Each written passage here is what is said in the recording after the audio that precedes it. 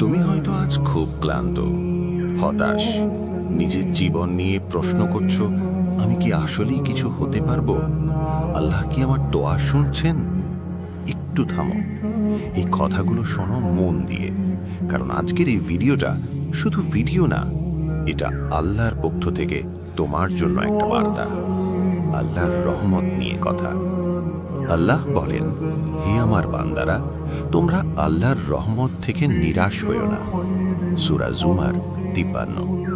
তুমি যত বড় গুনাহই করো না কেন, আল্লাহর রহমত তার চেয়েও বড়।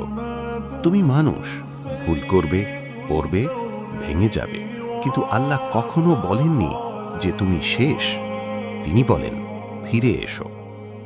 নামাজ ও অবহেলা। আমরা সবাই বলি, কাল থেকে নামাজ শুরু করব, সময় হলে তওবা করব, কিন্তু সত্যিটা কি জানো? কাল কারো জন্য নিশ্চিত না। আজ যারা হাঁটছে, আগামীকাল তারা কবরে শুয়ে থাকতে পারে। আজ যারা হাসছে, আগামীকাল তাদের জানাজা উঠতে পারে।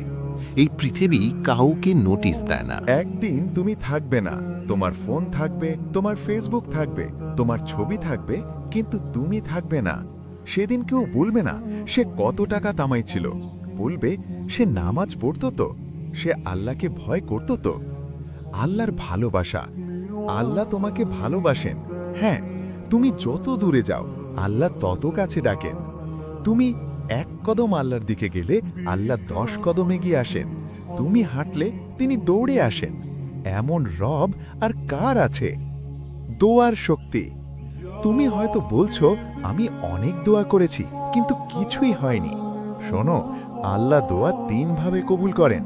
1, যেটা চাও সেটাই দেন। 2, তার চেয়েও ভালো কিছু দেন। 3, বা বিপদ সরিয়ে দেন। তুমি যা বুঝো না, আল্লাহ তা বুঝেন। ফিরে আসার আহ্বান। এখনো সময় আছে, নামাজ শুরু করো, এক ওয়াক্ত হলেও শুরু করো। এক ফোঁটা চোখের পানি ফেলো, আল্লাহ তা দেখেন। একটা আস্তাগফিরুল্লাহ বলো, আকাশ কেঁপে ওঠে। তুমি একা না, আল্লাহ আছেন।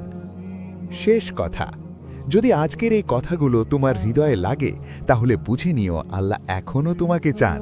এই ভিডিওটা শেয়ার করো, হয়তো তোমার মাধ্যমে আরেকজন আল্লাহর পথে ফিরে আসবে।